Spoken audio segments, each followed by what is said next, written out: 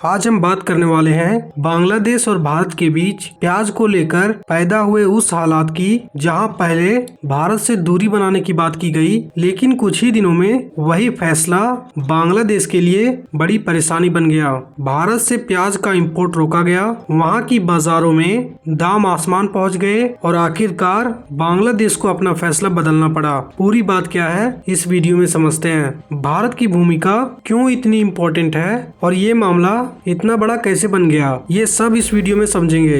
लेकिन उससे पहले रोज ऐसे ही वीडियो देखने के लिए हमारे चैनल को सब्सक्राइब कर लीजिए। दरअसल कुछ समय पहले बांग्लादेश की अंतिम सरकार ने ये ऐलान किया कि अब उन्हें भारत से प्याज मंगाने की जरूरत नहीं है। सरकार का कहना था कि हमारा देश खुद प्याज उगाएगा और किसी दूसरे देश पर निर्भर नहीं रहेगा। इसी सोच के चलते भारत से प्याज लाने वाले इंपोर्ट परमिट को रद्द कर दिया गया। उस समय ये फैसला काफी मजबूत दिखाया गया और ये संदेश देने की कोशिश की गई कि बांग्लादेश अब भारत पर निर्भर नहीं है। लेकिन ये फैसला सिर्फ कागजों पर ही ठीक लग रहा था, क्योंकि जमीन पर इसके नतीजे बिल्कुल उल्टे निकले। जैसे ही भारत से प्याज की सप्लाई रुकी, वैसे ही बांग्लादेश के बाजारों में असर दिखने लगा। शुरुआत में लगा कि शायद कोई खास फर्क नहीं पड़ेगा, लेकिन कुछ ही दिनों में प्याज की कमी साफ नजर आने लगी। दुकानों पर प्याज कम होने लगा और जो प्याज मिल रहा था तेजी से बढ़ने लगे। देखते ही देखते प्याज 150 टका प्रति किलो से ऊपर पहुंच गया। आम आदमी के लिए प्याज खरीदना मुश्किल हो गया और रसोई का जरूरी सामान अचानक महंगा हो गया। इसका सीधा असर जनता पर पड़ा। लोगों में नाराजगी बढ़ने लगी और सरकार के फैसले पर सवाल उठने लगे। सरकार को समझ आ गया कि यह सिर्फ प्याज का मुद्दा नहीं है, बल्कि ये जनता की रोजमर्रा की जिंदगी से जुड़ा मामला बन चुका है। अगर हालात ऐसे ही चलते रहे तो गुस्सा और ज्यादा बढ़ सकता था। इसी दबाव में सरकार ने दूसरे देशों से प्याज मंगाने का विकल्प तलाशना शुरू किया, लेकिन वहां से भी समस्या सामने आ गई।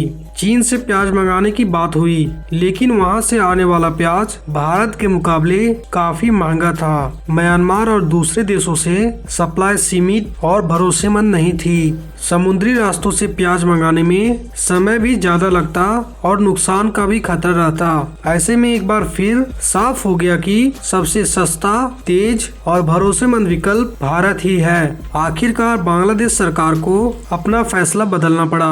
भारत से बातचीत के बाद प्याज का इंपोर्ट फिर से मंजूर किया गया। तय किया गया कि रोजाना तय संख्या में इंपोर्ट परमिट जारी किए जाएंगे, ताकि बड़ी मात्रा में प्याज बाजार तक पहुंचे और वहां की दाम काबू में आ सके। जैसे ही ये खबर सामने आई, बाजार में माहौल बदल गया।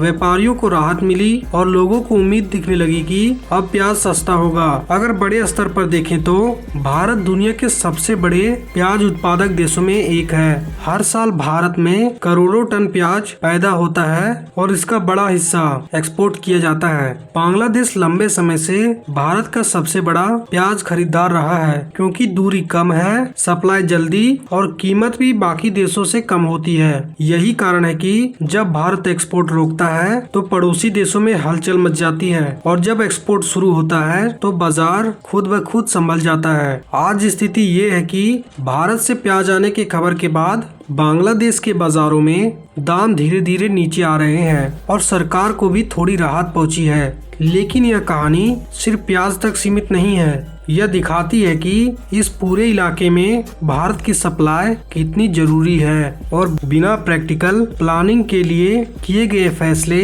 कितनी जल्दी मुश्किल बन सकते हैं। एक सवाल आपसे, क्या ऐसे मामलों में राजनीति से ज्यादा जनता की जरूरतों को अहमियत मिलनी चाहिए या फिर नहीं? आपके क्या विचार हैं? कमेंट में जरूर बताएं। और अगर आपको यह वीडियो पसंद आया हो तो इसे लाइक करके चैनल को सब्सक्राइब जरूर कर लें। धन्यवाद।